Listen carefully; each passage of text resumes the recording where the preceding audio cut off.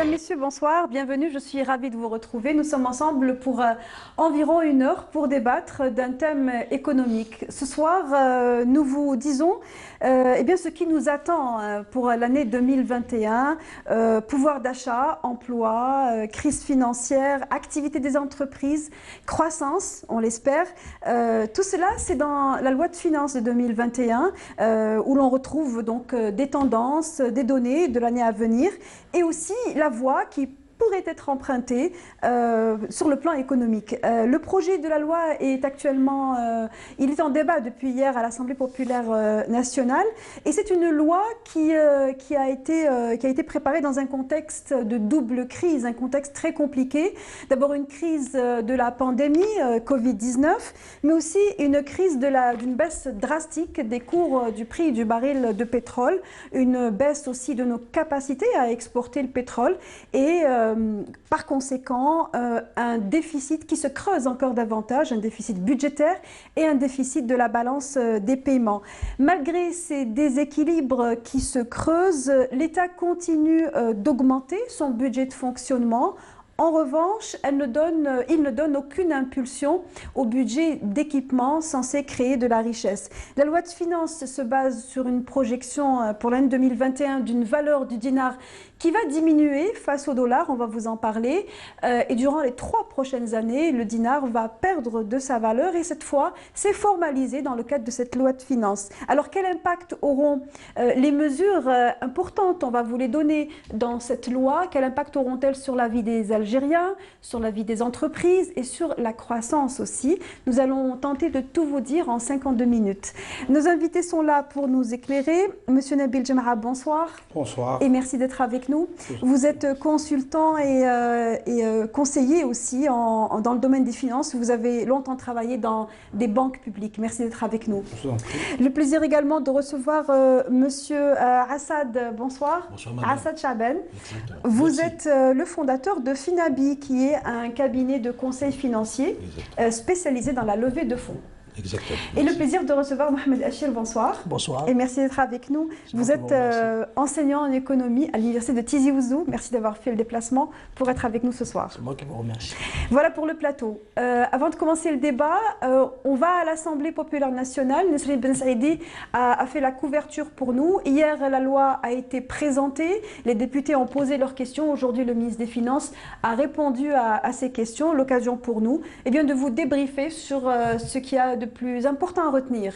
Le reportage est donc de Nesrine Ben Saïdi.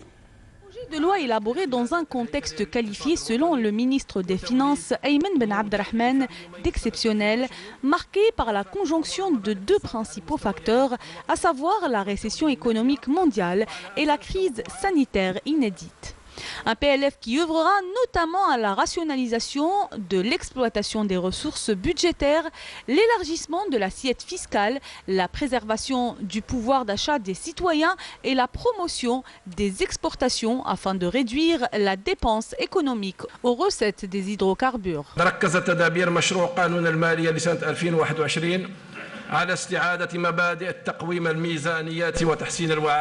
Ce projet vise à alléger et à renforcer les garanties octroyées aux contribuables afin de relancer l'économie nationale. Le PLF 2021 œuvrera à lutter contre la fraude et l'évasion fiscale, ainsi que la surfacturation, et ce à travers la création d'un système de veille fiscale pour la lutte contre la fraude et l'évasion, dans le souci de protéger l'économie nationale. Du côté des députés, les avis restent mitigés entre députés favorables au projet et d'autres ayant émis des réserves, notamment par l'annonce de la dépréciation du dinar et quant à la manière de combler le déficit budgétaire. Cette crise a été à l'origine de la fermeture de plusieurs entreprises, ce qui a augmenté le taux de chômage. Le PLF n'a pas tenu compte de la dépréciation du dinar, qui entraînera inéluctablement une hausse de produits de base et impactera ainsi négativement le pouvoir d'achat du citoyen.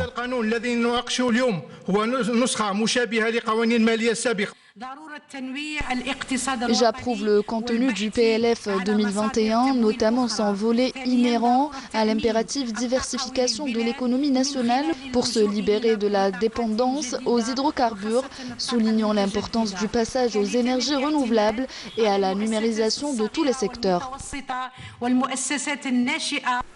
Le texte fait également état d'un taux de croissance du produit intérieur brut devant s'établir à 4% en 2021. Les dépenses budgétaires totales devraient passer à 8 113 milliards de dinars en 2021. Quant aux dépenses d'équipement, elles s'élèveront à 2 798 milliards de dinars, soit une hausse de 6%. Il est aussi prévu l'extension de l'octroi de la franchise de l'impôt sur le revenu global et de la taxe sur l'activité professionnelle aux personnes morales qui effectuent des opérations d'exportation génératrices de la devise, à l'instar des privilèges accordés aux personnes physiques.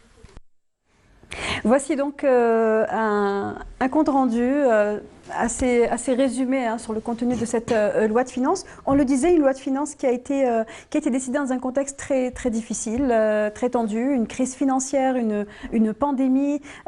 Première question, est-ce que vous pensez que cette loi de finances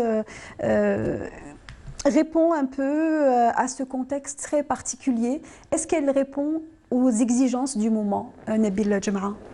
La loi de finances qu'on voit devant nous, c'est-à-dire dans un premier temps, on voit qu'il y a beaucoup de doutes. Bon, c'est vrai, on est dans une crise singulière du Covid et on ne peut pas maîtriser le temps. Donc, on pensait que c'était 6 mois la crise ou une année. Maintenant, on n'a pas le timing, donc on ne peut pas gérer le temps. Et en même temps, c'est une crise économique. Donc, on a un problème de production. Donc l'activité industrielle est à l'arrêt, les entreprises publiques ils sont en faillite, il y a plus de 300 000 entreprises qui ont des déficits et dans la loi de finances, on n'a rien vu pour ces entreprises. C'est-à-dire on n'a rien vu. C'est-à-dire si nous voyons par exemple, la Banque d'Algérie, elle a aidé ces entreprises par le décalage des paiements, mais c'est-à-dire pour mettre de l'argent frais pour ces entreprises, parce qu'on a vu en Europe, la Banque Centrale Européenne, elle a injecté 1300 milliards d'euros. La Réserve fédérale américaine, elle a injecté 3000 milliards de dollars. Donc, mais nous, en Algérie, on n'a rien vu pour les entreprises. Nos entreprises publiques et privées sont en train de mourir lentement. Donc, la réponse, elle n'est pas dans la loi de finances. D'ailleurs, même le patronat, il est sorti, il a parlé. Ils ont dit que nous ne voyons rien dans cette loi de finances 2001. Ils ont prévu le 2002. Pour une année, il y a un problème, il y a une erreur de timing. Je crois que dans la loi de finances, il y a des erreurs de timing et des erreurs d'objectif. C'est vrai, nous sommes dans une crise économique et une crise de pandémie, mais on doit aider. On doit copier sur les Européens, sur les Américains. Étant donné que même le taux d'intérêt, la Réserve fédérale américaine, elle est partie à un taux d'intérêt à 0. La Banque centrale européenne, la même chose. Nous sommes à 3,25. Donc nous avons un problème. Aujourd'hui, le taux d'intérêt au niveau des banques, il dépasse les 8%. Comment voulez-vous qu'il y aura des investissements pour enlever le chômage? Donc les solutions idoines ne sont pas là. Mohamed Achir. La loi de finances pour 2021 intervient quand même, comme vous l'avez bien souligné, dans un contexte très particulier qui est marqué par un double choc, choc sanitaire et un choc économique. Et pour l'économie algérienne, il est pratiquement coincé, c'est-à-dire dans toutes les sphères, que ce soit la sphère monétaire, en termes de baisse continuelle de la masse monétaire et des crédits même à l'économie, malgré un peu les mesures et les actions de la Banque d'Algérie qui visaient à relancer un peu le crédit à l'économie et à injecter quelques liquidités à travers des mesures monétaires conventionnelles. Il y a aussi une sphère budgétaire qui est très délicate, avec c'est-à-dire des déficits très importants et surtout le déficit courant de trésor public, le solde de trésor public, qui affiche déjà en avril 2020 un déficit de quelques 2000 milliards de dinars. C'est très important. Et également, comme il vient d'être souligné par M. Djumar, la sphère économique, microéconomique notamment, les entreprises, l'activité économique. Donc cela ne permet pas, dans un document de loi de finances pour 2021, d'envisager des solutions en termes de charges fiscales aussi, qui vont toucher aux entreprises, étant donné qu'elles sont dans une situation très difficile. Et il faut, c'est-à-dire encore, il faut, c'est-à-dire, espérer à ce que ces entreprises reprennent de l'activité, au moins pour contribuer 2021, à l'assiette fiscale, contribuer ne serait-ce que ça. Et pour stabiliser ce qu'ils ont comme poste d'emploi déjà, oui. Et un peu redémarrer la machine économique qui est frappée de plein fouet avec la crise sanitaire et le confinement. Donc voilà, la loi de finances. Donc, je crois que le gouvernement n'a absolument de choix, c'est-à-dire il n'est pas à l'aise, c'est des choix, c'est-à-dire c'est une situation très délicate, pas de marge importante sur le plan budgétaire, sur le plan monétaire, et même avec la dégradation continuelle des positions financières extérieures, des réserves de change, et tout ça, donc malheureusement, c'est une conjugaison de déficits et de problèmes qui sont réellement structurels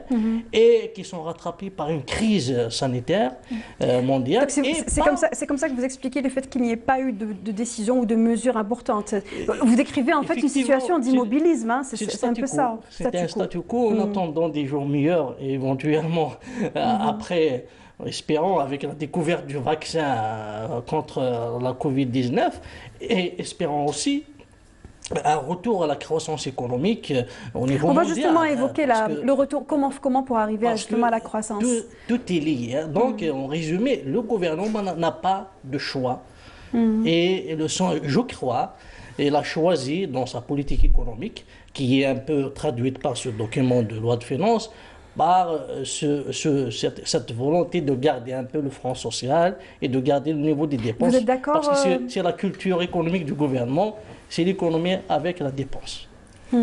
Pour ne pas dire l'économie avec le statu quo. Et encore. C'est un petit peu ce qu'on comprend. C'est ça. Shaban, en fait, quand on étudie et on décortique la loi de finances prévisionnelle de 2021, en fait, on détecte une reconduite de la situation actuelle concernant 2020, avec une augmentation concernant le budget de fonctionnement à hauteur de 5%, en fait, qui peut s'expliquer par l'impact de l'abattement sur l'IRG et puis éventuellement sur la prise en charge du volet social causé par la Covid. C'est vrai, quand on étudie la loi de finances 2021, on remarque qu'il n'y a pas un budget spécifique, bien déterminé, qui a été défini pour prendre en charge, on va dire, les impacts sur le secteur économique de la crise économique qui date déjà de 2019 et de la crise sanitaire de l'année 2020. Pareil de la le microéconomie. En fait, si on essaie un peu de mesurer les choses, en fait, il y a 3 sphères qui existent dans le secteur économique officiel, hein, c'est-à-dire formel. Nous avons la sphère, on va dire, de tout ce qui est, on va dire, entreprise et administration publique. Donc, ce côté-là, il a été pris en charge, surtout le côté administration publique, parce que le budget de fonctionnement qui vaut à peu près 50% en masse salariale. Donc, celui-là, il a été pris en charge. Éventuellement, les entreprises publiques seront quand même garanties par les autorités en cas de difficulté concernant le paiement des salaires et des charges. Il y a une deuxième sphère, en fait, toute cette sphère, on va dire, des entreprises privées,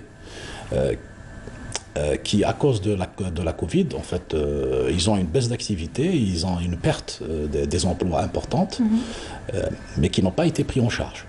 Alors qu'il doit y avoir un dispositif inhérent à leur prise en charge, côté employé et côté employeur. On a parlé à un moment donné d'un fonds, de soutien ou de sauvegarde. Nous, au niveau du cabinet, on a même publié une note d'analyse sur ce sujet. En fait, c'est la Caisse nationale de l'assurance chômage en fait, qui doit prendre le volet employé du secteur privé. Parce qu'en fait, nous avons chiffré à 500 milliards de dinars les recettes qui sont dormantes à l'intérieur de cette caisse.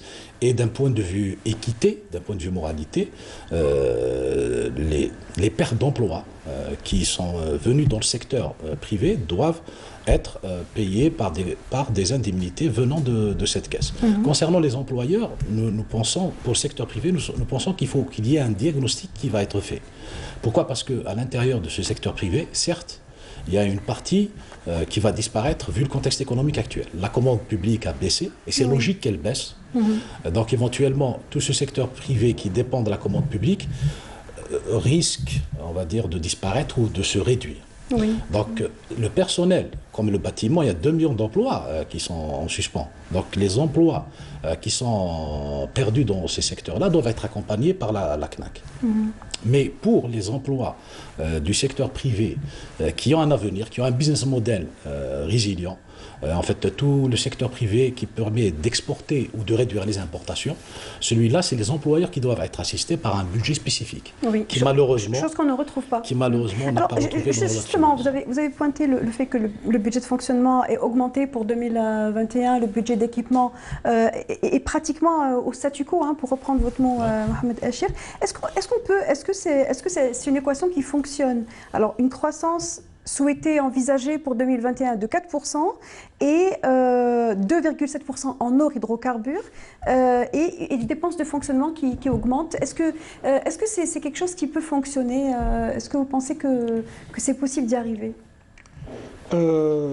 Déjà, c'est-à-dire quand on voit la loi de finances, donc ils ont donné des chiffres, bon, c'est bien d'être optimiste, ils sont positifs. Mais aujourd'hui, c'est-à-dire tous les voyants sont en rouge. Donc avec une crise pareille, c'est-à-dire on ne peut pas aller voir, c'est-à-dire tout le tableau de bord est en rouge. Donc on ne peut pas régler ça ou ça. Vous parlez du taux de croissance, hein? Non, le taux de croissance, le refinancement au niveau des entreprises publiques, les conditions entre les banques et les entreprises, les conditions maintenant, les banques sont en train de poser leurs conditions. Les banques, ils ont des problèmes. Ils ont un assèchement de liquidité. Ils ne peuvent pas financer. Donc l'équation, l'absent dans l'équation, c'est le financement de ces entreprises. C'est vrai, nous sommes en crise, mais on doit trouver le financement. Nos voisins à l'étranger, ils ont fait ça, ils ont financé. C'est une crise. On ne peut pas aller au-delà. On ne doit pas voir, maintenant, on ne doit pas voir les voyants. Parce qu'on est en période de guerre contre le Covid-19 et en crise économique. Donc les voyants ne sont pas intéressants pour nous. Les taux d'intérêt, croissance, pour l'instant, on doit sauver notre baraque, notre économie. Et on n'a rien fait, surtout, c'est-à-dire le secteur du bâtiment, travaux publics est en stagnation, le secteur industriel est à l'arrêt. Et il n'y a pas de... Ils ne tournent même pas à 20%, les inputs ne sont pas là. C'est-à-dire qu'on ne se donne pas... Enfin, on ne se donne pas les moyens finalement de faire démarrer finalement la machine. Voilà. Non, c'est-à-dire même au niveau mondial, ils n'ont pas les solutions. Le problème qui se pose aujourd'hui, c'est-à-dire même à l'étranger, aux États-Unis, les plus grandes puissances économiques, ils n'ont pas de solution. Donc maintenant, on ne peut pas copier. On doit créer des solutions. On doit trouver des solutions. On doit débattre et parler des solutions. Parce que on ne peut plus copier. Qu'est-ce qui aurait pu être envisagé justement, Mohamed Achir? Oui, justement, actuellement, je crois qu'il y a implicitement un choix qui a été fait. Bon, c'est le choix qui a été fait même un peu partout dans le monde, c'est-à-dire agir sur le macroéconomique et le microéconomique. C'est vrai qu'il y a une injection de l'argent. Pour le cas algérien, c'est un peu l'injection dans plusieurs secteurs, c'est-à-dire continuer la même cadence de dépenses, et un peu pour les entreprises, les quelques mesures qui ont été décidées au mois d'avril dernier. Mais le problème, c'est que le niveau de réactivité du macroéconomique, c'est-à-dire l'État intervient, il comble des déficits, il intervient pour stabiliser les liquidités monétaires, etc. Ça se fait aussi au niveau mondial avec l'injection de milliers de milliards de dollars dans l'économie. Mais le problème, est-ce que ces entreprises peuvent réagir? C'est-à-dire en termes de croissance et de stabilisation de l'emploi et même de création d'emplois. Donc il y a décalage entre cette action un peu volontariste de l'État pour garder l'économie, c'est-à-dire ce qui est perdu par le PIB. Si on prend l'Algérie, elle va perdre des milliards de dollars, l'équivalent du PIB, avec une croissance négative de cette année, une récession jusqu'à moins 5,5% selon les prévisions du FMI, pour certaines économies jusqu'à moins 12% de leur PIB.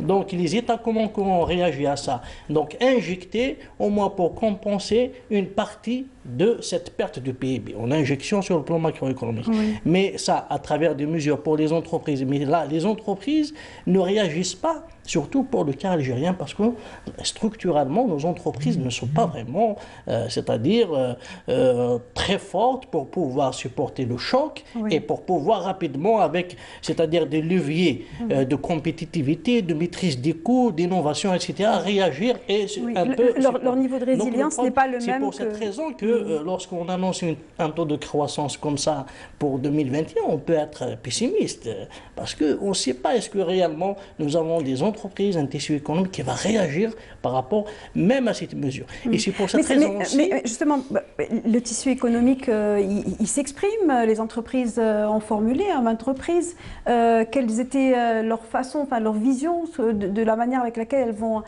s'en sortir ou relancer leur production.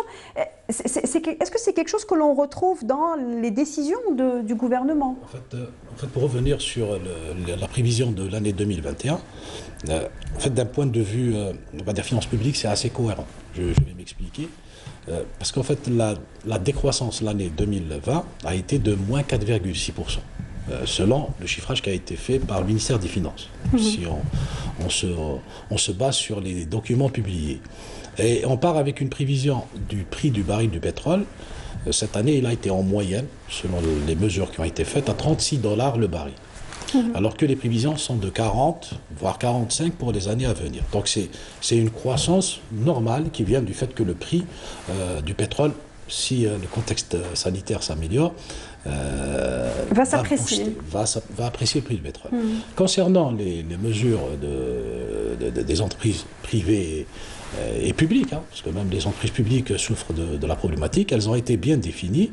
Donc il y a quelques mesures qui ont été prises, on ne va pas réitérer ces dernières, mais actuellement la tendance, on va dire du secteur privé que nous accompagnons, c'est vers plus un report vers l'année 2021 de tout ce qui est échéance fiscale, parafiscale, etc., voire un échéancier pour son paiement. Ça, c'est pour si c'est le report pour 2021, c'est dans un mois. Dans un mois, mais c'est-à-dire consolider, c'est une demande qui est exprimée par le secteur économique, de consolider, on va dire, les échéances fiscales et parafiscales de l'année 2020 pour les payer à partir de 2021. Est-ce que réellement c'est suffisant, les échéances fiscales? Parce qu'il y a beaucoup d'autres choses. Il y a aussi du crédit, il y a l'intérêt de la banque.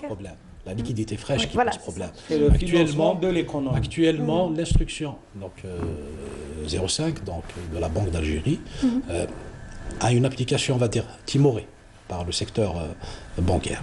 C'est-à-dire en fait le rééchelonnement des dettes et voire l'accord de nouveaux crédits, pour le moment il n'y a pas, on va dire, des actions concrètes sur le terrain.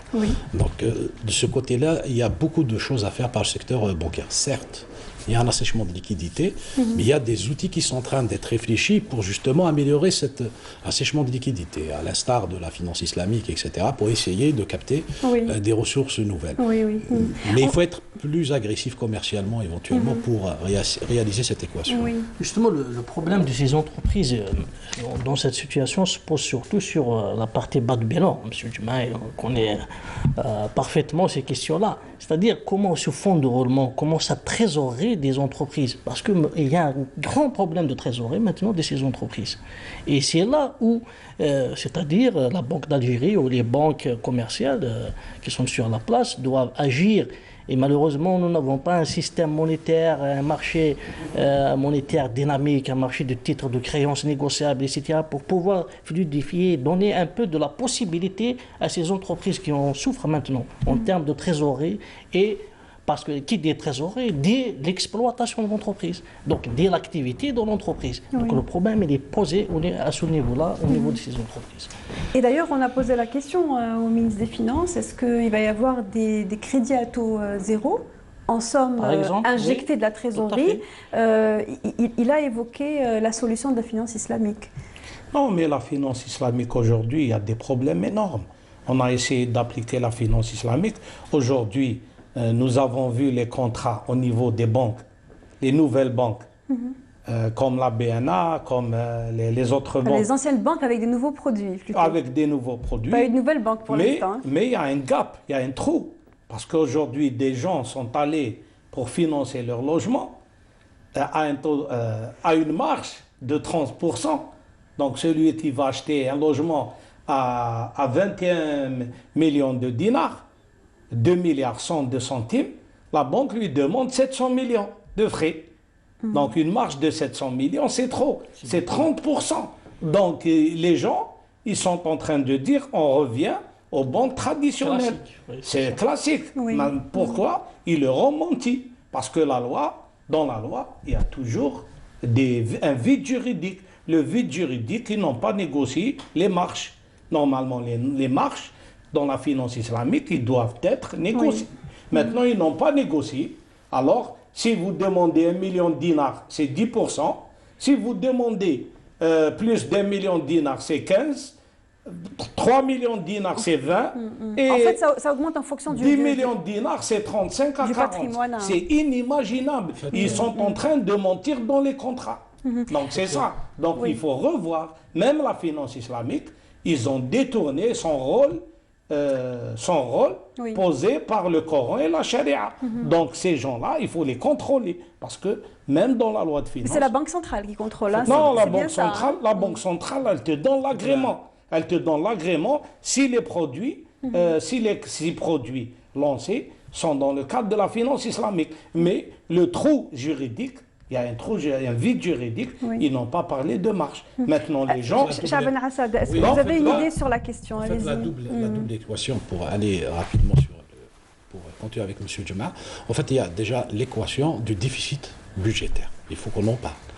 Comment le je pensais que j'allais réagir par rapport à... Non, je vais réagir. C'est-à-dire, c'est pour seulement faire un côté exhaustif. Donc, pour le déficit budgétaire, là, comment le financer, c'est le premier problème. Peut-être qu'on va y répondre juste après. Concernant la croissance et l'impulsion du secteur économique, l'idée, c'est que c'est le secteur bancaire et le secteur financier, on va dire, qui doit porter le projet, on va dire, de l'impulsion de l'économique. Le problème, il est où? C'est dans cette récolte d'épargne, c'est-à-dire cette récolte de liquidité. C'est pour ça qu'il y a plusieurs outils qui ont été imaginés, comme la finance islamique, et puis éventuellement aller vers ces notions de fonds d'investissement qui vont permettre justement de capter cette liquidité qui est dans le marché informel, etc., pour justement, avec cette liquidité, c'est-à-dire, il y a un mécanisme si vous voulez, de deux satellites.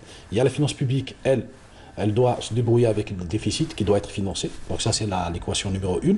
Pour impulser l'économie réelle et le secteur économique, c'est le secteur financier, à travers la bourse, à travers les fonds d'investissement, le secteur bancaire, qui doit faire preuve d'imagination pour augmenter la liquidité afin de financer le secteur économique privé ou public. C'est là où il y a le défi de l'année 2021. Alors, je voudrais à présent que l'on parle de quelque chose qui touche davantage le citoyen, mais aussi la vie des entreprises. C'est quelque chose qui, en tout cas, qui nous interpelle, nous, en tant que journalistes, puisqu'il est rare que le ministre des Finances, à travers la loi de finances, parle de la valeur du dinar qui va donc baisser, même si le dinar est en glissement continu ces dernières années. Il a été davantage perceptible durant le premier mois de la Covid, où le dinar a perdu de sa valeur d'environ 8% en un temps record. C'était au mois d'avril dernier. Pour l'année 2021, on parle d'un glissement du dinar face au dollar. Est-ce que c'est une bonne chose de le dire et de le projeter sur les 3 prochaines années? Oui, bon, tout simplement, il y a des inconvénients et des avantages. Et l'avantage d'urgence, c'est un peu pour gonfler un peu les recettes du Trésor en contrepartie des exportations de pétrole, donc des recettes, la convertibilité par rapport au dinar. Mais il faut mesurer, c'est-à-dire les conséquences négatives à moyen et long terme. Et structurellement, les conséquences que ce soit sur le pouvoir d'achat des ménages, mais aussi la compétitivité coût des entreprises. Parce que nous avons des entreprises, qu'il faut le dire, la majorité est dépendante de l'importation de leurs intrants. Donc ça, il faut mesurer, parce que c'est des modèles réellement. C'est vrai qu'on applique la compétitivité prix, compétitivité coût dans tous les pays du monde. On joue sur la monnaie nationale forte, surévaluée, sous-évaluée, pour pouvoir un peu réguler un peu la balance des paiements, qui est un problème effectivement en Algérie. Donc le déficit de la balance des paiements qui ne cesse pas. Il y a 2020 estimé à 18 milliards de dollars, moins de 18 milliards de dollars. Mais là, il faut mesurer les conséquences. Et ce glissement-là, il va atteindre les 156, je crois, en 2023. 156 dinars pour un dollar. Cela veut dire qu'entre 2014 et 2021-2022, on a divisé par 2 la valeur du dinar. Et donc ça, c'est un impact structurel sur l'économie. La monnaie n'est pas neutre là-dessus, c'est-à-dire la politique de change. On dit souvent que le dinar est bien loin de sa valeur réelle et que c'est un leurre. Fallait-il le faire plus tôt, vous voulez dire? Non, il y a eu dans les instruments de politique économique, les fondements, c'est-à-dire de la valeur du dinar, les anciens qui sont passés à la Banque d'Algérie, ils ont fait une erreur de rendre le dinar convertible et flottant. Donc sur les 4 fondements, sur la croissance, sur les prix du pétrole, sur la productivité vis-à-vis de l'étranger et vis-à-vis de la balance des paiements. Donc les 4 fondements, ils ont préféré de mettre le dinar flottant, mais c'était une erreur. Aujourd'hui, depuis la nomination du président en 99 à 2000, nous avons assisté à une dévaluation du dinar à 50%. Donc c'est trop. Maintenant, ils te disent 5%. C'est pas sûr. Même le prix du baril à 40 $, nous ne sommes pas sûrs. Pourquoi? Parce que les élections américaines, ils te montrent que à chaque fois qu'il y a un démocrate qui vient à la tête des États-Unis, les prix du pétrole, ils vont dégringoler. Nous avons assisté à l'époque de Clinton, à l'époque de Chadli Larhmou, le baril est arrivé à 8,5. Donc après Bush, le baril il était à 140, Obama il est venu, on est arrivé à 29. Quand il est venu Donald Trump, de 29, il est arrivé à 70. Maintenant, on doit revoir les prévisions. Donc les 40 $, c'est pas gagné. Les 40, c'est pas gagné. Peut-être on va aller vers les 20 $. C'est plus pire encore. Alors, vous avez dit une dépréciation, un glissement. Que faut-il dire réellement? C'est un glissement, mais on doit annuler, il faut être courageux, on doit annuler les fondements sur lesquels est basé le dinar. Parce que notre économie aujourd'hui ne peut pas accepter, parce que c'est la souveraineté nationale. Si on perd le dinar, déjà dans les années 90, personne n'a dit ça, même les universitaires et tout, de 90 à 2000, nous avons dévalué le dinar 850 fois. Les gens, ils ont fait une première guerre mondiale, une deuxième guerre mondiale, et troisième guerre mondiale avec le Covid, ils n'ont pas dévalué leur monnaie 850 fois. Ils ont déstructuré les entreprises algériennes. Aujourd'hui, nous sommes dans le même schéma, dans le même scénario. Chaque année, il y a une dévaluation. Donc 5%, donc 5%, c'est trop pour le pouvoir d'achat des Algériens. Est-ce que c'est 5% ou bien est-ce que c'est plus non, c'est 5. On a fait par étude, c'est 5%. En fait, selon les chiffres qu'ils ont donnés. En fait, entre l'année 2020 et 2021, c'est un peu plus important. C'est-à-dire, si on calcule la variation, on trouve dans les 10-11%. Mais ensuite, entre 2021 et 2022, c'est bien ça. Entre 2020 et 2021, par rapport au cours actuel. 128, et en comparaison 42, si on fait un calcul, c'est entre 10 et 11%. Donc la plus grosse dévaluation ou dépréciation, c'est celle qui va intervenir l'année prochaine, 2026. Une année, 5%, c'est normal. Et pour revenir, au taux de change, en fait, c'est pour créer l'artifice par rapport à, on va dire, la loi de finances de l'année prochaine, parce qu'il est de 2700 milliards de dinars, le déficit prévu pour l'année prochaine. Oui. Il est de 1900 milliards pour cette année, estimé. Parce qu'en fait, il y a la fiscalité ordinaire. 14% du PIB. Exactement. Il y a la fiscalité ordinaire il y a une partie qui n'a pas été payée en 2020. Donc en fait, ce n'est qu'une estimation concernant le déficit de l'année 2020. Une projection, oui. Pour 2021, c'est 2700 milliards. Donc déjà, elle est difficile, mais elle est utile pour équilibrer un peu soit peu, on va dire, le budget de l'année 2021. Oui. Mais quel impact aura-t-elle sur le consommateur, sur les Algériens, sur leur pouvoir d'achat, pour commencer? Vous dites qu'elle est utile pour équilibrer le budget. Pour équilibrer, pour faire croire aussi que la facture d'importation, elle est moins importante. Faire croire, il faut le dire, c'est bien ça. Hein. En fait, ça va réduire les importations. Réduire le chiffre qui correspond au montant que nous allons importer, réduire le déficit aussi, mais pour le consommateur.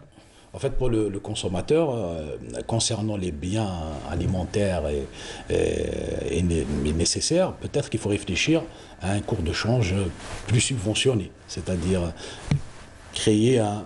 C'est vrai que techniquement, ce n'est pas évident, mais réfléchir à cette problématique-là. Les produits de première nécessité, eux, ils ne sont pas impactés, ils continueront à être subventionnés. Donc, ça va toucher les autres éléments, les autres actifs qui sont importés. Mais peut-être qu'il y a la nécessité de faire un diagnostic plus poussé de ce qu'on importe. C'est-à-dire faire un travail d'analyse pour voir que tel produit qu'on importe, peut-être qu'il n'est pas nécessaire dans la nouvelle stratégie et l'éliminer. Donc c'est une autre façon de réduire les importations. Mais l'histoire l'a prouvé, que même lorsqu'on n'importe pas, un certain nombre d'éléments à caractère macro font que même les producteurs locaux augmentent leur prix parce qu'ils répercutent un certain nombre de paramètres. Et puis cette inflation, alors vous parliez en fait d'inflation importée, puisque on parle d'une dévaluation de la valeur du dinar. Est-ce qu'on peut dire aux Algériens réellement que le taux d'inflation en 2021, ça va être de 4%? C'est ça, 4% et oui, 4,6. Ils ont parlé de 4,6. Vous en pensez quoi en tant que spécialiste Mais c'est un taux administratif. Nous pensons que c'est un taux administratif. Il n'est pas réel, parce que l'inflation, elle est plus. Sur le terrain, elle est plus. C'est pas 4,6. Les gens, quand ils vont...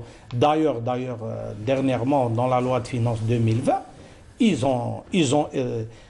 vous avez Sonatrach et Sonelgaz, on a donné 600 milliards de dinars, Air Algérie 300 milliards de dinars.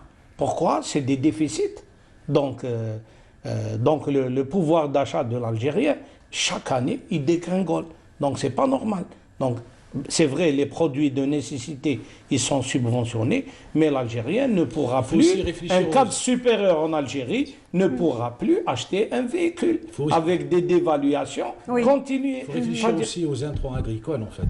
Eux, parce qu'ils vont servir à la production agricole et à l'élevage. Ceux-là, peut-être qu'il faut les isoler, les protéger de ce côté-là. Parce qu'en fait, la consommation, c'est vrai que le modèle du calcul de l'inflation en Algérie, d'ailleurs, il y a des projets de l'actualiser, parce que, en fait, il est un peu déconnecté de la réalité, mais en fait la grande consommation des citoyens algériens reste quand même alimentaire. Donc celle-là, le fait qu'il y ait une partie qui est subventionnée et une grande partie qui est produite localement, parce que l'agriculture quand même carbure assez en Algérie avec des taux de croissance très élevés. C'est l'un des meilleurs taux de croissance. Donc ça va permettre un peu d'élaguer, on va dire, les importations qui ne sont pas utiles. Mais il y a un problème, si on ne fait pas un diagnostic des items qu'on importe, avec ce taux, ce cours de change qui va augmenter, peut-être que ça va évincer les intrants nécessaires pour que l'économie, celle qu'on recherche, va être aussi impactée par cette Entre-temps, le plus gros de la dévaluation, c'est juste dans un mois, c'est-à-dire en janvier, à partir de janvier, c'est déjà 9%. C'est-à-dire, pourquoi peut-être on aura plus le taux d'inflation, plus que 4%. Pourquoi? Parce que d'abord, il y a ce glissement de dinar, dépréciation de dinar. Nous n'avons pas, sur le plan structurel, un marché organisé. Donc ça, c'est aussi un problème qui fait toujours augmenter le taux d'inflation. Donc nous n'avons pas un système de distribution performant, la grande distribution, etc. Mais aussi, même pour l'agriculture, nous importons des aliments de bétail, nous importons le bétail, nous importons beaucoup d'intrants aussi. Actuellement, il y a une augmentation vertigineuse de l'aliment de bétail sur le marché. Oui. À cause de la dévaluation, à cause de la perte de valeur du dinar, parce qu'on importe. Oui. Donc tout ça, et puis la reprise de la production domestique. Est-ce qu'on aura une reprise de la production domestique en 2021 ? C'est pas... Oui, parce que finalement, on compte beaucoup dessus pour éviter, on évite les importations, mais finalement, est-ce que la production locale... Il faut mesurer l'offre locale. Et est-ce qu'on aura l'offre locale en 2021 ? Une reprise. Donc tout ça fait qu'on est pessimiste. Il y a une déconnexion un peu dans l'histoire. Hein. On compte sur un secteur qui finalement... Il y a plusieurs ça que le secteur financier, que ce soit les banques ou les fonds d'investissement, donc doivent devenir plus, on va dire, plus agressifs, on va dire, plus motivés pour financer justement être acteur réellement. Exactement. Encore, toujours, pour rester dans cette question de dépréciation, de glissement, de dévaluation, voilà, chacun choisira un peu le... Est-ce que c'est quel message est-ce que cela quel message est-ce que l'État donne au square, au marché de la devise informelle?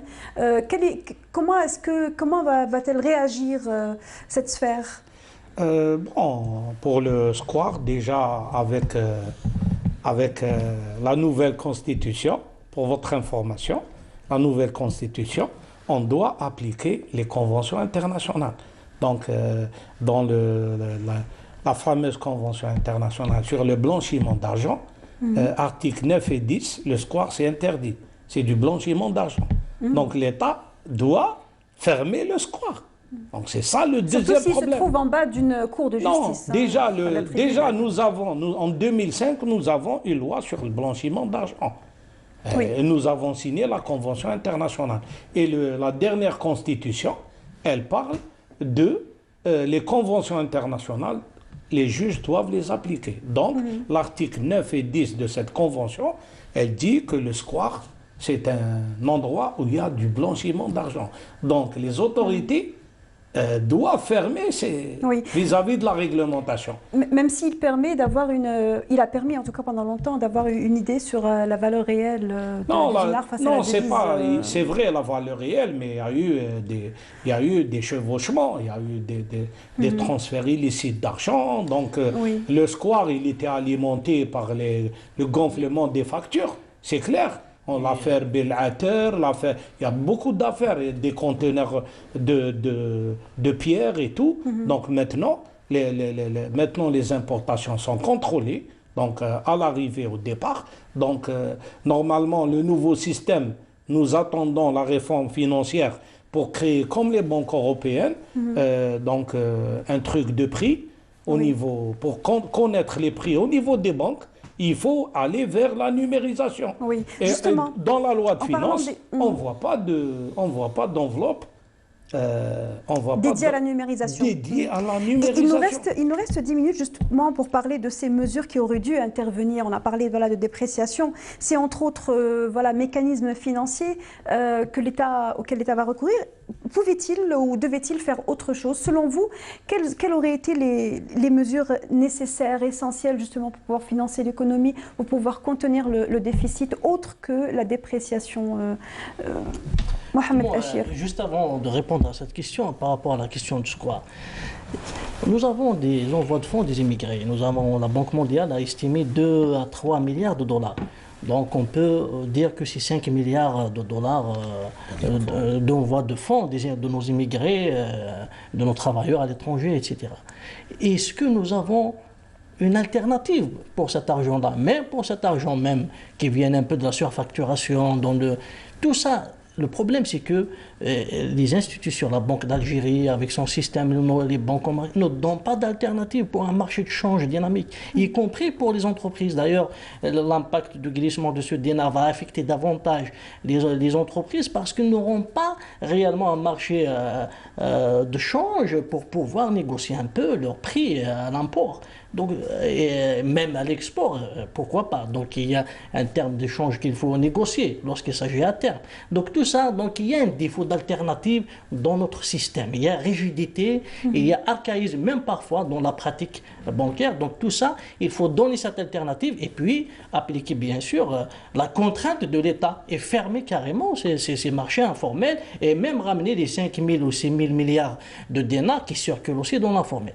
Pour votre question, donc vous parliez un peu de... Quelles mesures, quelles sont les alternatives du moment pour l'année 2021? Oui, j'ai dit tout à l'heure que le gouvernement n'a pas vraiment beaucoup de choix. Il a choisi le statu quo, c'est-à-dire de continuer un peu avec la dépense. D'ailleurs, on voit, on sait très bien que les entreprises ne vont pas créer assez d'emplois pour 2021. Donc le taux de chômage va augmenter.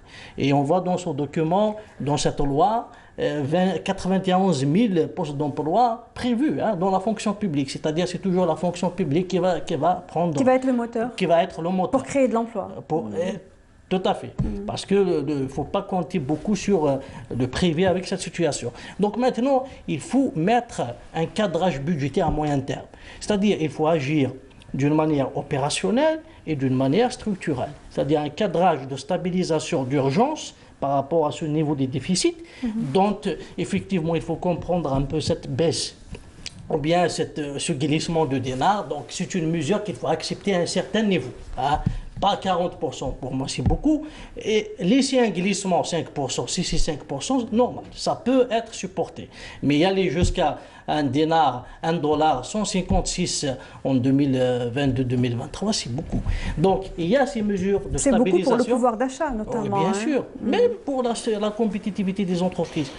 Et il y a ces mesures de stabilisation d'urgence, mais qu'il faut aussi projeter dans un plan de relance économique, de reprise économique, avec des objectifs budgétaires et monétaires à fixer d'ici 5 ans. Parce que j'ai discuté avec un ami qui est au FMI, M. Bseha, qui connaît un peu les histoires de crise structurelle des économies en voie de développement. Donc il m'a dit, et je me permets quand même de le citer, et il m'a dit qu'il faut minimum 5 ans réellement pour... c'est-à-dire arriver à des équilibres macroéconomiques. Et commencer aujourd'hui et pour un programme de 5 ans de stabilisation. Je pense qu'on a compris l'idée. Donc c'est pour cette raison qu'aujourd'hui, il y a des choix un peu, je ne dirais pas douloureux, mais des choix inévitables qu'il faut faire. Courageux, effectivement. C'est la question de la structure des dépenses public. Je vous donne juste quelques éléments. Il reste 5 minutes, ce sera à juste, partager alors, avec deux chiffres. Deux chiffres. Nous avons, c'est-à-dire 5 314 milliards de dinars de budget de fonctionnement et 5 330 milliards de dinars de budget de recettes. Donc, les recettes couvrent le fonctionnement. Et dans le fonctionnement, nous avons augmenté les subventions. Ils sont à 1900 milliards de dinars, alors qu'ils étaient en loi de finances complémentaire, 1796 milliards de dinars. On a augmenté. Les transferts. Et là, il faut agir surtout sur les subventions. J'ai parlé déjà sur la question des subventions en capital, sur la question des subventions énergétiques, de l'électricité, l'énergie, etc., avec bien sûr un ciblage bien déterminé, et sur la restructuration aussi des subventions directes, même des subventions qui sont sectorielles. Donc tout ça, il faut le revoir rapidement. C'est des réformes structurelles, mais qu'il faut engager aujourd'hui. Il faut les engager aujourd'hui. Quels sont les éléments qu'il n'a pas évoqués, Mohamed Achir rapidement, concernant déjà, parce que je reviens à mon équation, il y a le déficit budgétaire. En fait, de cette année déjà et celui de l'année prochaine, parce que pour aller vite, donc il faut réfléchir à des mécanismes un peu originaux pour le financer, parce que la planche à billets, d'un point de vue politique, a été rejetée, proscrite. Nous avons pensé, nous-mêmes au niveau du cabinet, pourquoi pas aller dans les entités publiques qui sont on va dire, très très rentables et ayant des réserves importantes qui peuvent être distribuées. Nous pensons à la Banque d'Algérie qui a des réserves significatives. Nous pensons à Sonatrach qui a quand même plus de 5 000 milliards de dinars de réserves. Donc il y aura une distribution, on va dire, exceptionnelle de dividendes, pas sur le résultat, mais sur le réserve. C'est admis légalement. Ça va permettre d'avoir de la trésorerie sans créer, on va dire, sans procéder à la planche à billets. Donc des mécanismes nouveaux, des montages. Ça représentera combien sur le pourcentage du PIB Écoutez, le chiffrage, on peut le faire rapidement. Sonatrach quand même a des réserves importantes, donc elle peut dégager 2000 milliards de dinars pour financer en tout cas une partie de ce déficit. Elle n'a pas vocation à le faire. Hein, mais là, elle distribue une partie de son bien sûr, et son plan d'investissement peut être accompagné par le secteur bancaire, c'est Sonatrach. Donc elle a les garanties, elle a on va dire les prévisions nécessaires pour supporter un financement. Concernant le deuxième volet de l'équation, celui de booster l'économie, nous avons détecté par exemple, il y a une règle, un article dans la loi de finances 2021 qui précise que lorsqu'une société rentre en bourse, la partie qu'elle ouvre en bourse, en fait elle reçoit une exonération d'IBS sur cette partie seulement. Mais exonérant complètement l'entreprise qui va en bourse.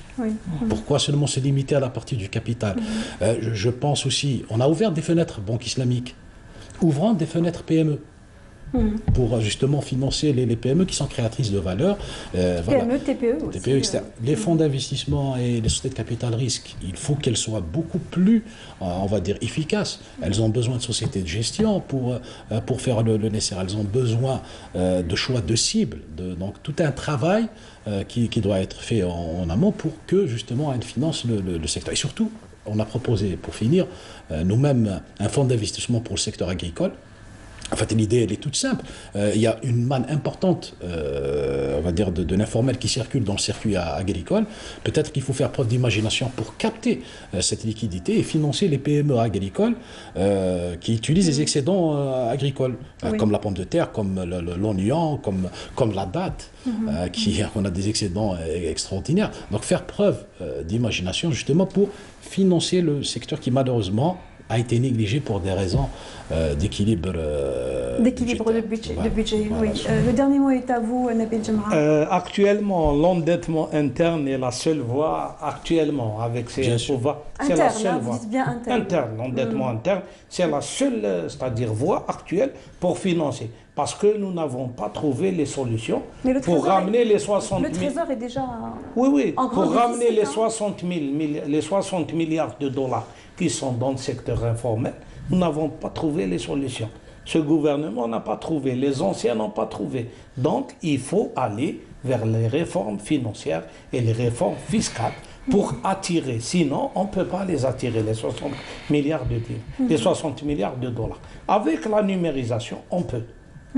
Avec la numérisation et la transparence, bien sûr. Mais comment titriser cette dette publique? Comment la titriser maintenant? Avec un système pour financier... la dette publique, même les autres pays, ils font la même chose, mais d'une manière cachée.